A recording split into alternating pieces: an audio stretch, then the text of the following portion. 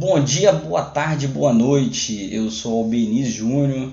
Estou aqui para falar com vocês sobre quais os limites do humor e da piada, né, na nossa realidade cotidiana.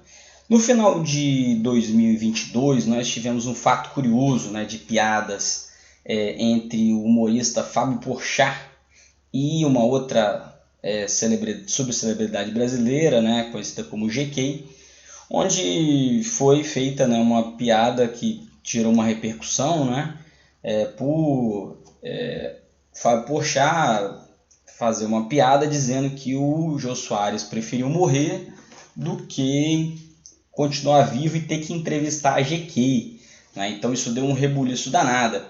Então, vira e mexe, né, na nossa sociedade, nós temos esse debate, né, sobre o humor e a piada, né? Eles estão abarcados dentro da liberdade de expressão, né? Como analisar eles sociologicamente, né? Então trago aqui um pouco do conceito sobre humor e piada, como analisar ele do ponto de vista jurídico e social e também como interpretá-lo, né? A partir das perspectivas dos nossos sociólogos clássicos, Marx, Durkheim e Weber.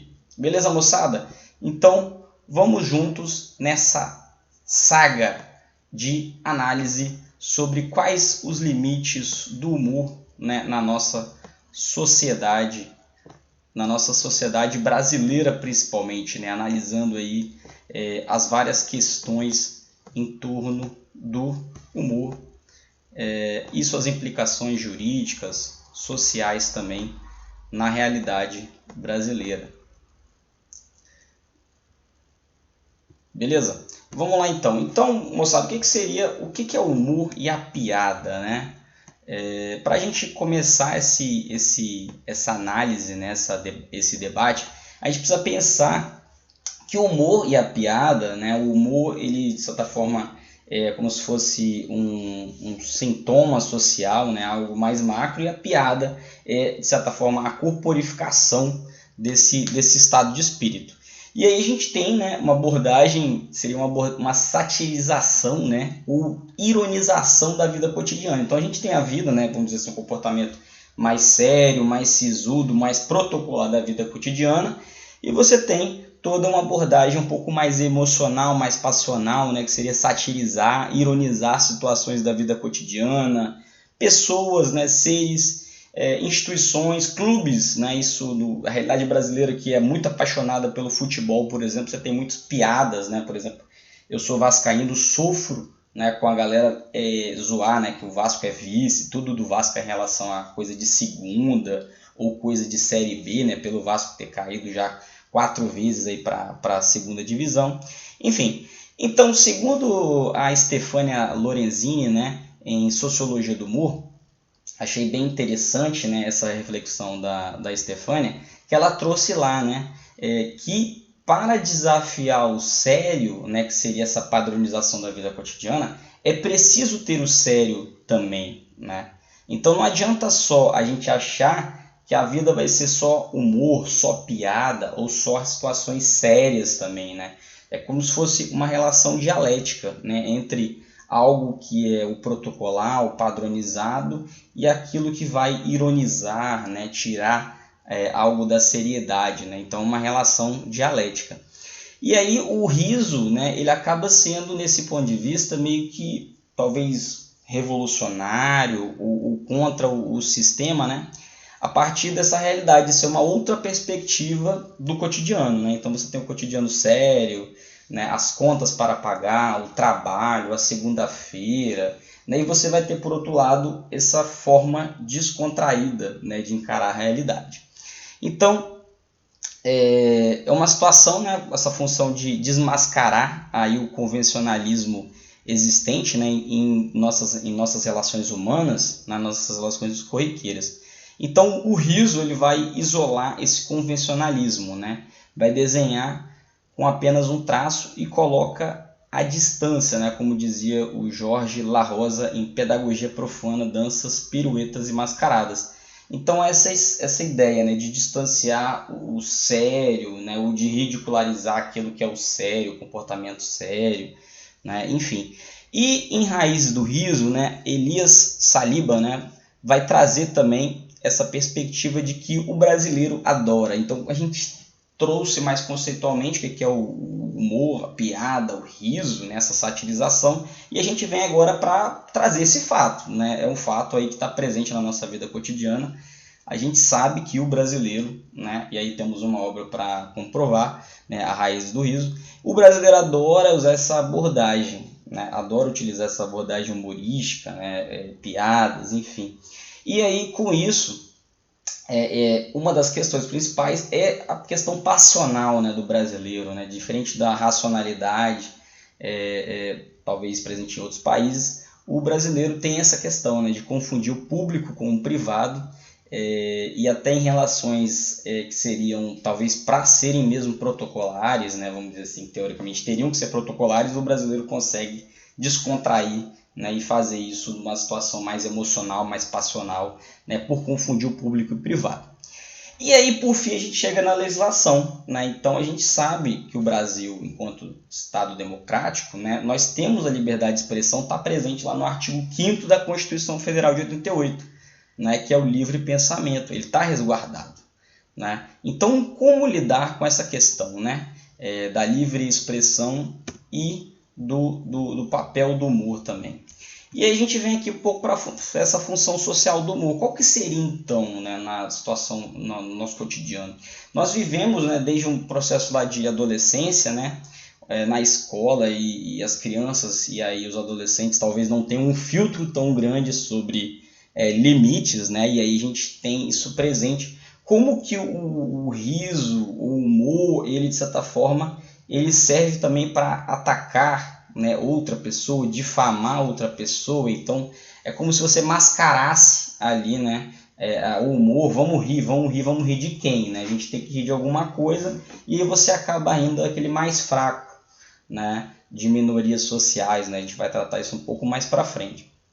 Então esse prazer, né, o humor e o riso, ele tem um pouco dessa situação de prazer, né? Mas como esse prazer também não se transformar no sadismo, né? Então, tradicionalmente, os alvos de piadas são as pessoas consideradas mais fracas socialmente, né? Ou como minorias sociais oprimidas, as mulheres, o pobre, o homossexual, o negro, a pessoa com deficiência, o idoso, né? Então, como exemplos, aí a gente tem vários na nossa história recente, né? Das últimas décadas brasileiras, como pegadinhas, videocassetadas, né? Que é rir de pessoas se acidentando, né? Então, olha que coisa louca, né, que é a mente humana e a cultura também, né? Piadas com homossexuais, então a gente tem muito isso, né, a estereotipação, né?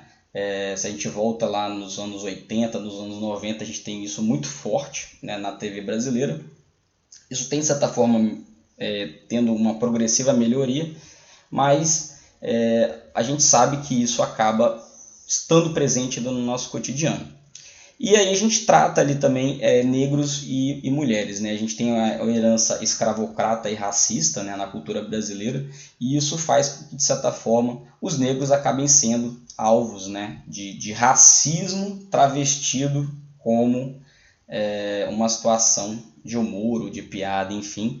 E propriamente as mulheres, né, também por terem tido tradicionalmente na nossa sociedade machista um papel mais voltado para a função doméstica, né, mais para uma função de subserviência, algo que tem mudado substancialmente nas últimas décadas.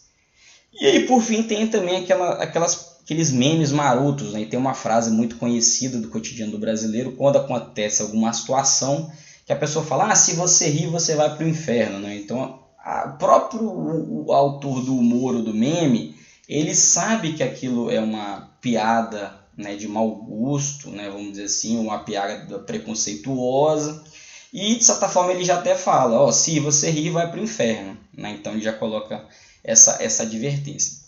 Então, para terminar esse bloco, né, a gente pensa, a função social do humor, né, seria para oprimir o outro ou uma diversão descompromissada, né? Então a gente tem essa questão, né? Quando a gente consome um humor, uma piada, ou ouve algo, né, isso é para oprimir alguém, né, ou uma diversão descompromissada. Então este é uma das primeiras questões. E aí, um fato curioso, né, trazendo aí uma reportagem do G1, que ocorreu lá no ano de 2010 no Brasil, né, que foi um fato, né, do Stallone, Sylvester Stallone, né, veio ao Brasil e ele disse, né, para gravar um vídeo, um filme, e ele falou, né, fez uma afirmação de que ele poderia explodir tudo no Brasil, que as pessoas adoram, né, adoram uma zoeira, né, vamos dizer assim, e as pessoas ainda agradeceriam e ofereceriam um macaco de presente, né. O astro de filmes de ação foi atacado na internet e precisou pedir desculpas logo um dia depois. Antes deles, né, a gente teve o caso do comediante Robin Williams e o Simpsons e o South Park, né, que já foram alvos aí de irritação brasileira. Então, o brasileiro ele gosta de piada, né, essa ideia que o brasileiro gosta de humor, gosta de piada, mas é aquela questão, quando você é o alvo do humor, da piada, você vai se sentir, mesmo que indiretamente, enfim, mesmo que você diga, não aceitei e tal, você se sente inicialmente irritado, ofendido, até você digerir, processar se aquilo de fato foi um preconceito contra você, ou foi com uma característica talvez mais genérica, né, da sua pessoa, enfim. Então é interessante isso, que quando o brasileiro é alvo, né, de uma piada, ele se sente irritado também, né? Então é como dizer assim, não, piada tem limite, né? Então você não pode fazer humor, fazer piada com tudo, né, vamos dizer assim. E aí a gente vem para essa questão, né? Quais seriam esses limites do humor, né, em relação à liberdade de expressão, né? Deixa eu jogar aqui para dar para vocês compreenderem melhor. Então vamos lá.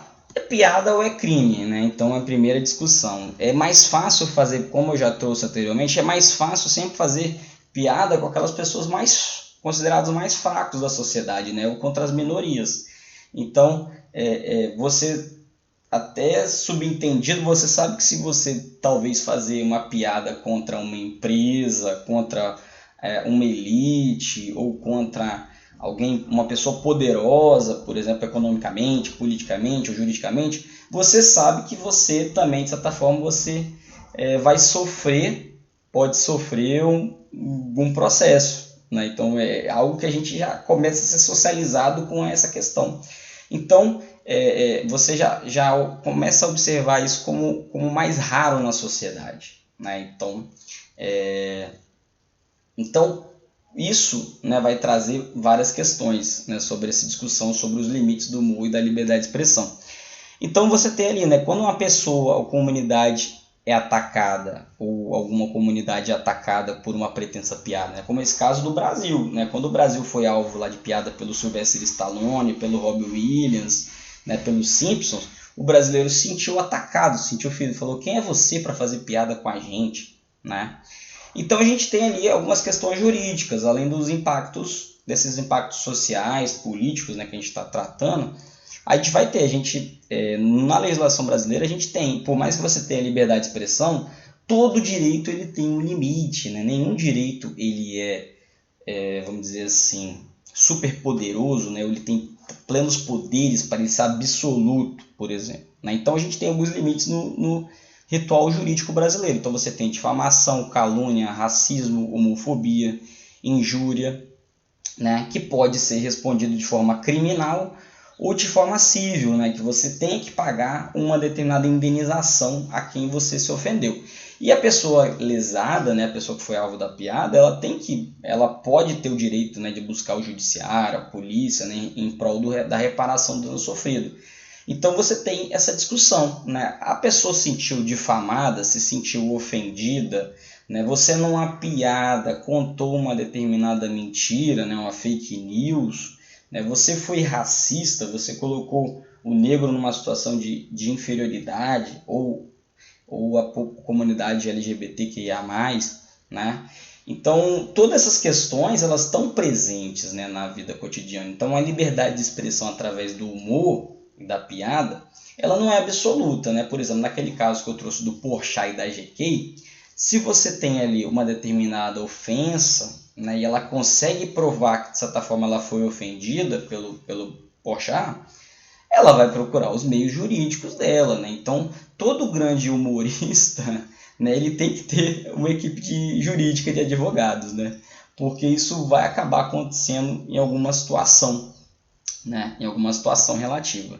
Beleza? Então, vendo aqui agora para os sociólogos clássicos, né, e o humor. Então, o que diriam aí os nossos grandes colegas aí da sociologia, né?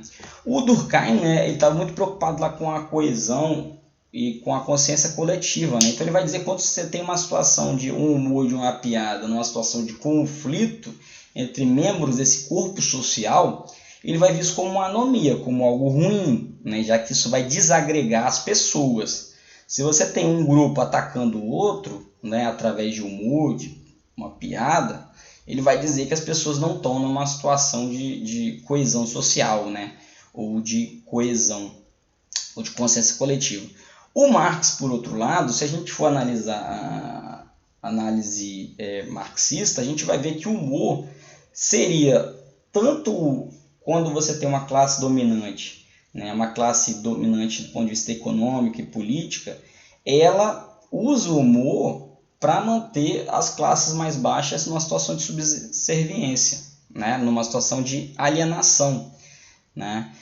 E o humor também poderia ser visto numa perspectiva marxista como uma forma revolucionária, né, de crítica às classes dominantes. Então, quando os humoristas fazem uma piada com um mercado financeiro, com um empresariado, com uma pessoa poderosa, né, um militar de alta patente, você teria ali uma forma de você estar fazendo também uma crítica, né?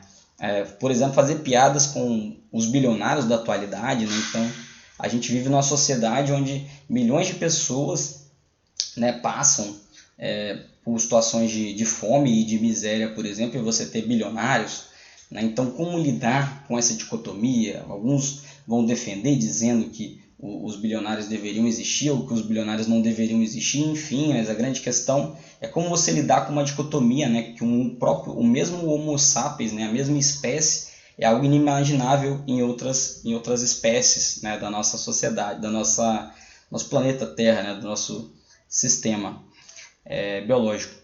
E aí, então, para o Marx, a legitimidade da piada seria essa: você usar a piada ou o humor como uma forma de ridicularizar as classes dominantes, né? Então, é até uma via, né, que vários humoristas seguem aí do nosso cotidiano.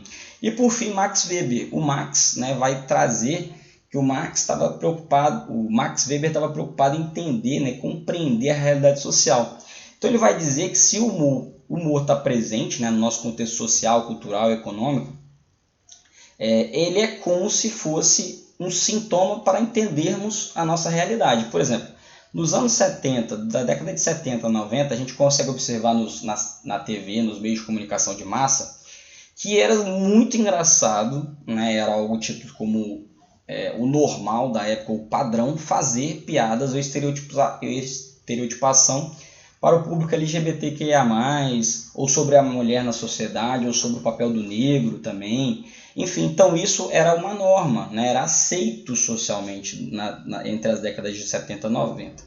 E a gente começa a ter uma mudança, né, a partir dos anos 2000, a você ter uma maior criticidade, né, entender aquilo como errado, aquilo como uma forma de preconceito e não como uma forma de humor, de entretenimento ou de piada, né? E com isso, você, para o Weber, então, consegue compreender, né, que você teve uma época onde você tinha uma normalização, né, uma aceitação social do machismo, do racismo, coisa que nas décadas seguintes passa a não ser mais aceita, né? Então é interessante.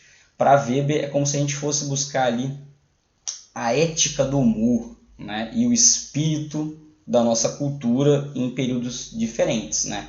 É claro que a gente vai ter esse humor ainda presente contra minorias, por exemplo, mas é algo muito mais incipiente. Até os próprios humoristas mais baluartes, eles vão rechaçar, né, essa prática. Então é importante pensar aí, a partir disso, a crítica dos três. Moçada, é isso, para o vídeo não ficar muito longo, não estender a parte de mais de 20 minutos. Gostaria de agradecer.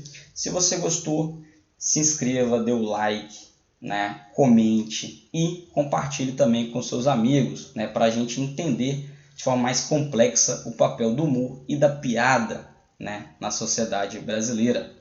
Um abraço a todos e até a próxima!